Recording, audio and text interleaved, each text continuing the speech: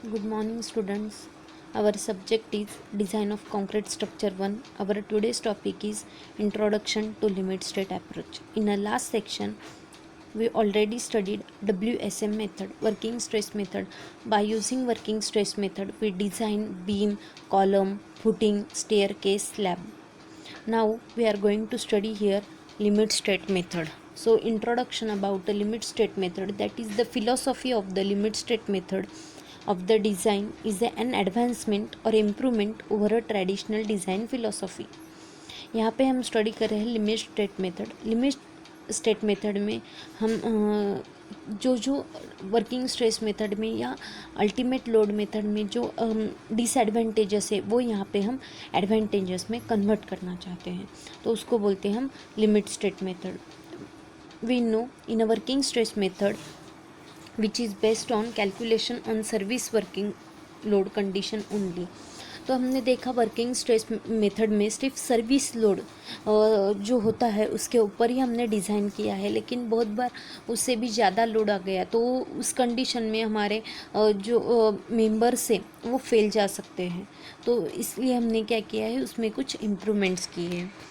और in case of ultimate load method which is based on a calculation on ultimate load condition only, and in limit state method aims for comprehensive and rational solution of design problem। जो भी problems आए हैं working stress method में और ultimate load method में वो हमने यहाँ पे सॉल्व करने की कोशिश किया है by considering safety eight ultimate load and serviceability at a working load. तो हमने इसमें क्या किया है, लिमिट स्टेट मेथड में जो भी सर्विसबिलिटी है, जो भी कोलैप्स है, तो उसको हम क्या कर रहे हैं, इम्प्रूव करने की कोशिश करने वाले हैं। तो in a limit state method a structure is design to withstand all load like to act on it throughout its life span. मतलब लिमिट स्टेट मेथड में हम क्या करने वाले हैं, जो भी लोड इसके ऊपर आने वाले हैं, मतलब हमारा जो स्ट्रक्चर है वो एक्चुअली फेल होगा या फिर टॉर्शन में फेल होगा या फिर शियर में फेल होगा, तो ये सारे लोड्स हम इसमें कंसिडर करके ही डिज़ाइन करने वाले हैं। also satisfy the serviceability requirement before failure can occur। तो फेलियर होने से पहले जो सर्विसबिलिटी रिक्वायरमेंट्स है वो भी हम यहाँ पे फुलफ़िल करने वाले हैं। तो लिमिट स्टेट मेथड में हम क्या करने वाले हैं, जो भी हमारे मेंबर्स है वो कोलैप्स होने वाले हैं या फिर फेल होने वाले हैं, क्रैक्स आने वाले हैं उसमें, तो वो हम यहाँ पे सब जो भी रिक्वायरमेंट्स है वो हम सेटिस्फाई करने की कोशिश करेंगे बिफोर फेलियर्स। तो फेलियर होने से पहले हम यहाँ पे क्या करने वाले हैं, ये सारे बिफोर फेलियर्स हम क्या करेंगे, इसमें चेक देंगे। तो उसकी वजह से क्या है, हम उसको फेलियर होने से पहले भी हम उसको विथस्टैंड कर सकते हैं। The design provide a condition that the structure will not become unfit for use, for which it means or other word the structure will not reach a limit state।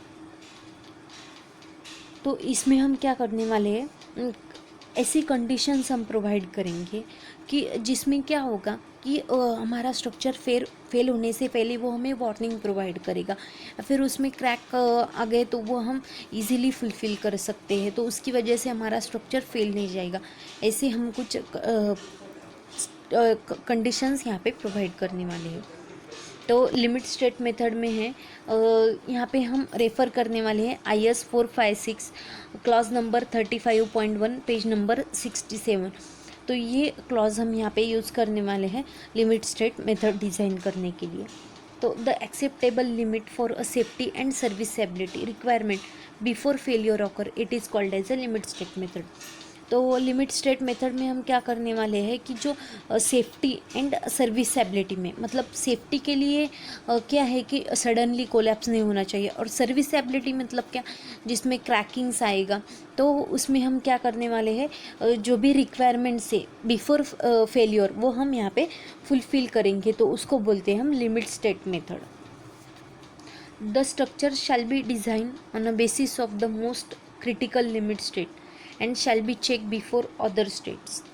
मतलब क्या है कि हम डिज़ाइन भी ऐसे करेंगे, फ्यूचर में और ज़्यादा लोड आएगा। मतलब क्या हमारा लोड आने वाला है अभी एक्चुअल में 1000, तो हम डिज़ाइन करेंगे 1500 के लिए, मतलब फ्यूचर में 500 किलो न्यूटन लोड भी बढ़ गया तो हमारा स्ट्रक्चर फेल नहीं जाएगा।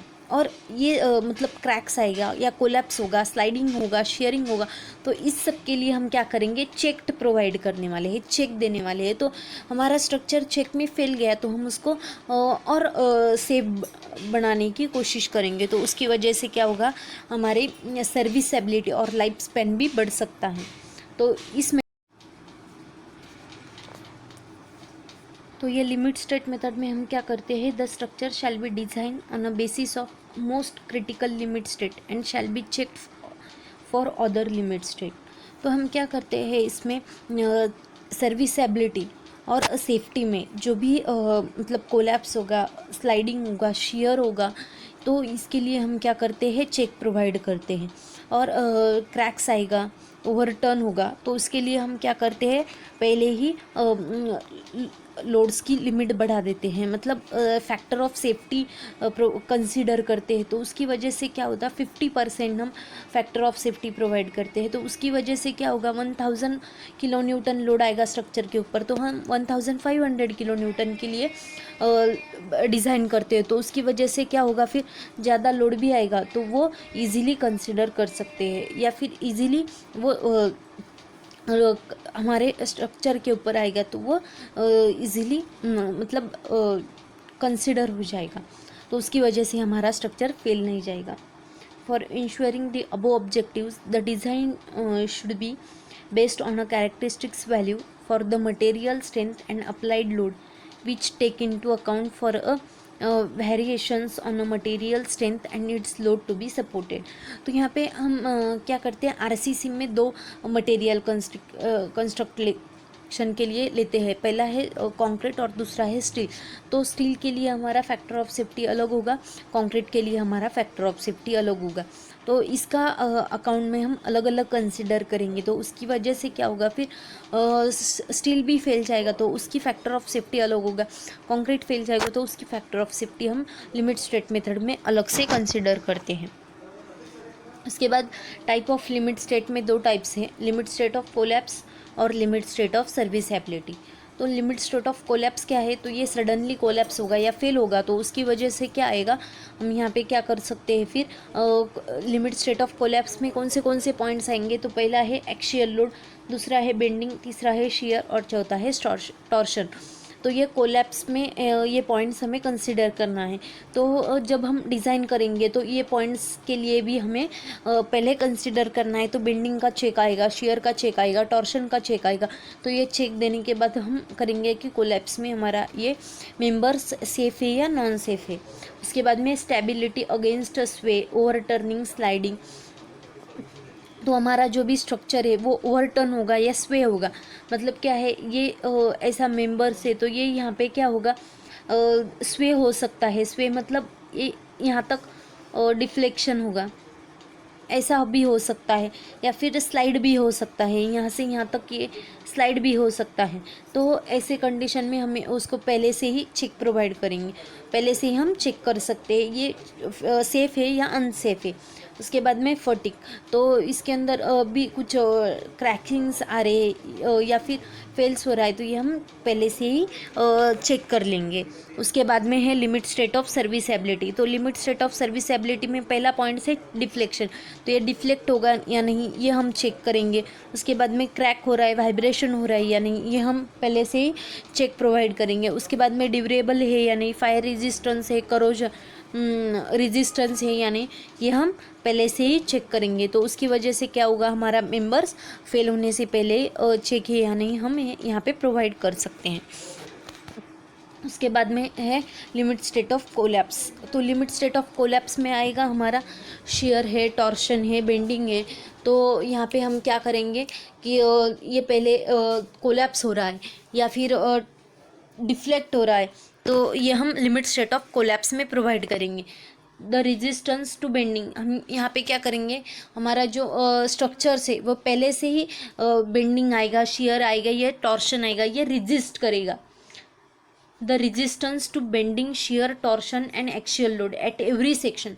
कौन सा भी सेक्शन आएगा तो वो क्या होगा, ये बेंडिंग, शियर, टॉर्शन के लिए रेजिस्ट करेगा। shall not be less than a appropriate value at the section produced by a probable most unfavorable combination। तो कौन सा भी लोड का कॉम्बिनेशन आएगा अनफेवरेबल, तो उसके लिए क्या करेंगे हम, हमारा सेक्शन रेजिस्ट करने के लिए प्रोवाइड करेंगे, तो हमारा सेक्शन कोलैप्स में भी फेल नहीं होगा। तो कोलैप्स में हम कंसिडर करेंगे bending, shear, torsion, axial load, तो उसके लिए भी हमारा सेक्शन फेल नहीं जाएगा। उसके बाद है on a structure using the appropriate partial safety factors. तो हम क्या करेंगे यहाँ पे सेफ्टी फैक्टर्स, तो हम कंक्रीट के लिए अलग पार्शियल सेफ्टी फैक्टर और स्टील के लिए हम अलग पार्शियल सेफ्टी फैक्टर यहाँ पे कंसिडर करेंगे, उसकी भी स्टडी हम आगे करने वाले हैं। तो लिमिट स्टेट स्ट्रेंथ इंक्लूड, तो लिमिट स्टेट स्ट्रेंथ में क्या क्या इंक्लूड होगा, तो loss of equilibrium of the structure as a whole और इट्स कंपोनेंट। तो कहाँ पे इक्विलिब्रियम लॉस हो सकता है या फिर कहाँ पे हमारा कंपोनेंट्स फेल जा सकता है, उसकी भी स्टडी हम लिमिट स्टेट में करने वाले हैं। उसके बाद लॉस ऑफ स्टेबिलिटी, कहाँ पे हमारी स्टेबिलिटी फेल जाएगी, मतलब स्टेबल नहीं रहेगा, वाइब्रेशन हो जाएंगे या फिर स्लाइड होगा, ओवर टर्निंग होगा, तो उसकी भी स्टडी हम यहाँ पे करेंगे। Loss of stability of structure including the effect of स्वे, ओवर टर्निंग एंड स्लाइडिंग, कहाँ पे स्लाइड होगा, ओवर टर्न होगा या स्वे होगा, तो उसकी भी स्टडी हम यहाँ पे करेंगे। उसके बाद है failure of structure due to excessive deformation, rupture of the structure और इट्स कंपोनेंट। जो भी हमारा स्ट्रक्चर है उसके कुछ कंपोनेंट्स है तो वो एक्सेसिव डिफॉर्म होने की वजह से, मतलब एक्सेसिव बेंडिंग होने की वजह से या फिर रप्चर होने की वजह से वो फेल हो सकते हैं, तो वो भी हम यहाँ पे क्या करेंगे, उसको सेफ्टी करेंगे, मतलब पहले ही चेक प्रोवाइड करेंगे।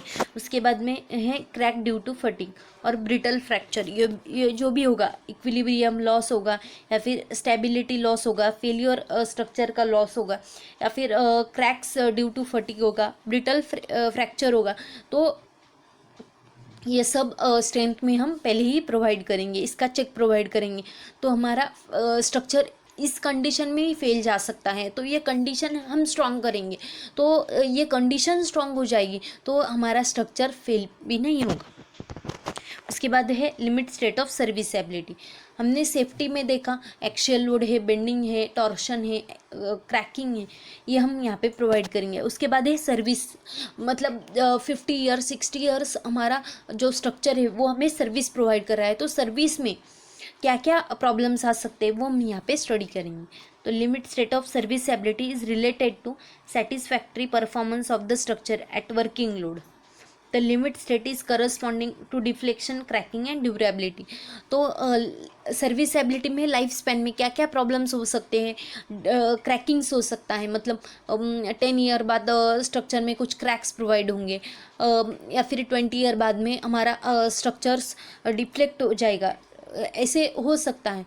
तो उसके लिए भी हमें क्या करना है, चेक प्रोवाइड करना है, तो उसकी वजह से क्या होगा, लाइफ टाइम वो हमें सर्विस भी प्रोवाइड करेगा जितना हमने उसको डिज़ाइन किया है लाइफ स्पैन के लिए। पहला है deflection, limit state of deflection. The deflection of a structure, a part of the structure thereof shall affect the appearance और इफिशियंसी ऑफ द स्ट्रक्चर और फिनिशिंग और पार्टीशंस। मतलब यहाँ पे क्या होगा, डिफ्लेक्शन में बहुत बार एक पॉइंट से दूसरे पॉइंट में, मतलब ये फर्स्ट कॉलम है और ये दूसरा कॉलम है, तो यहाँ पे क्या हो जाएगा, ये ऐसा डिफ्लेक्ट हो सकता है, ये बीम भी हमारा ऐसे डिफ्लेक्ट हो सकता है, कॉलम भी यहाँ ऐसे डिफ्लेक्ट हो सकता है, तो ये डिफ्लेक्शंस प्रोवाइड हो सकते हैं, मतलब अपने पोजीशन से वो दूसरे पोजीशन तक जा सकता है।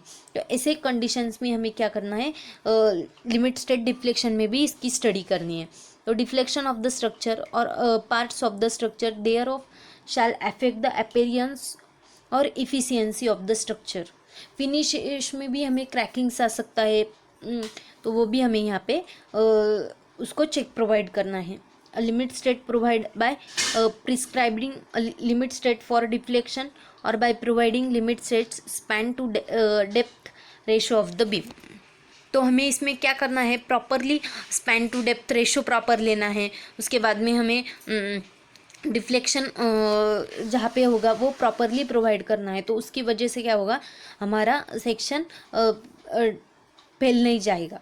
Okay, the acceptable criteria designing deflection is given by, तो हम काय का यूज़ करके मतलब IS 456 में क्लॉज नंबर 23.2 और क्लॉज नंबर 23.2.1 IS 456 में इसके रिलेटेड हमें डिफ्लेक्शंस के रिलेटेड क्राइटेरिया दिए है, तो हमें कैसे उसको डिज़ाइन करना है।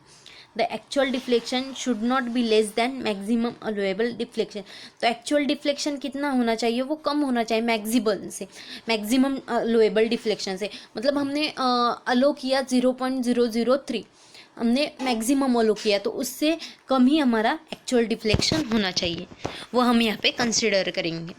तो हम चेक में ही ये प्रोवाइड करेंगे कितना होगा, कैसे होगा डिफ्लेक्शन।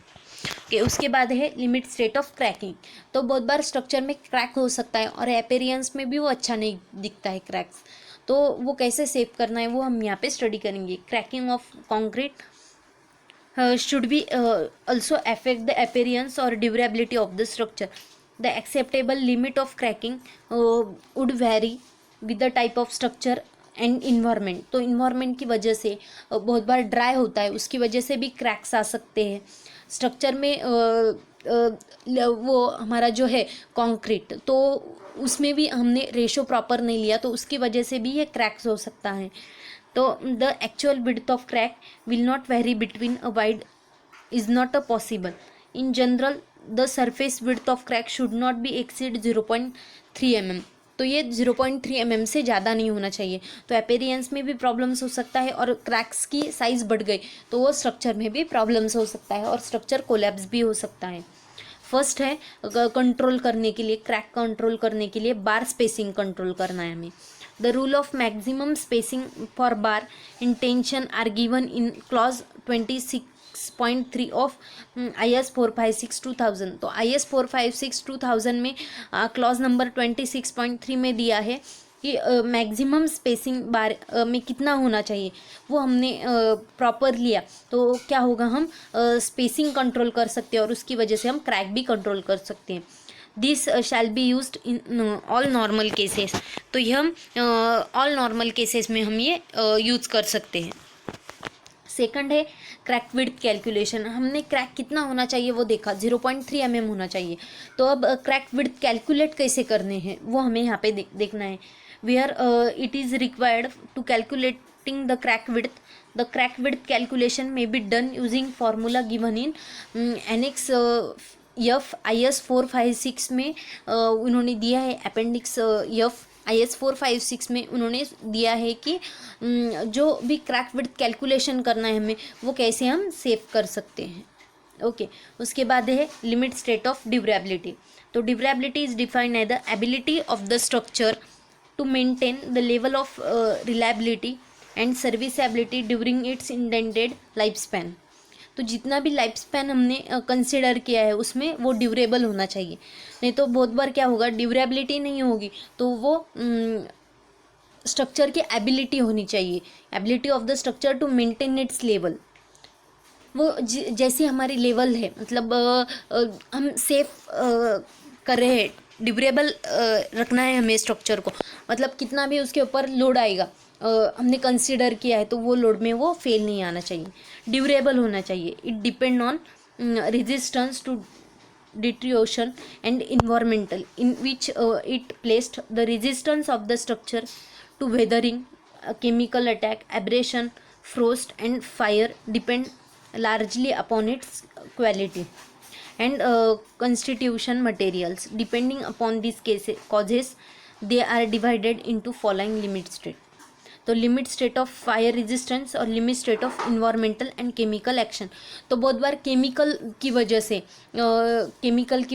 एब्रेशन की वजह से, फ्रोस्ट कंडीशन की वजह से, फायर की वजह से हमारे स्ट्रक्चर में ड्यूरेबल हो सकता है, तो उसके लिए भी हमें पहले से ही डिज़ाइन करके रखना है, पहले से हमने प्रॉपर तैयारी करके रखा, प्रॉपर डिज़ाइनिंग किया, तो ये सारे कंडीशन में भी हमारा स्ट्रक्चर प्रॉपर विथस्टैंड कर सकता है और हमें सर्विस प्रोवाइड कर सकता है।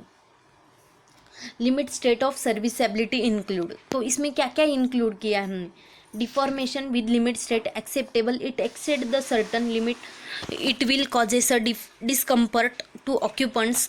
Excessive deformation may also cause a damage to finishes and non structural members. तो क्या हो सकता है, डिफॉर्मेशन ये लिमिट में नहीं होगा, एक्सेप्टेबल लिमिट में, वो एक्सीड हो जाएगा, तो उसकी वजह से डिस्कम्फर्ट हो सकता है ऑक्यूपेंट्स को, जो भी घर में रहेगा। तो हमारे हम जब जो भी घर में रहेगा वो हमें प्रॉपर सेफ्टी नहीं प्रोवाइड करेगा, कंफर्टेबल नहीं रहेगा हमारे लिए, तो हम क्या हो सकता है, डिफॉर्मेशन ज़्यादा हो जाएगा, कॉजेस इसकी वजह से डैमेज भी हो सकता है फिनिशेस नॉन स्ट्रक्चरल मेंबर्स के लिए, ये फिनिश में भी प्रॉब्लम्स क्रिएट हो सकते हैं।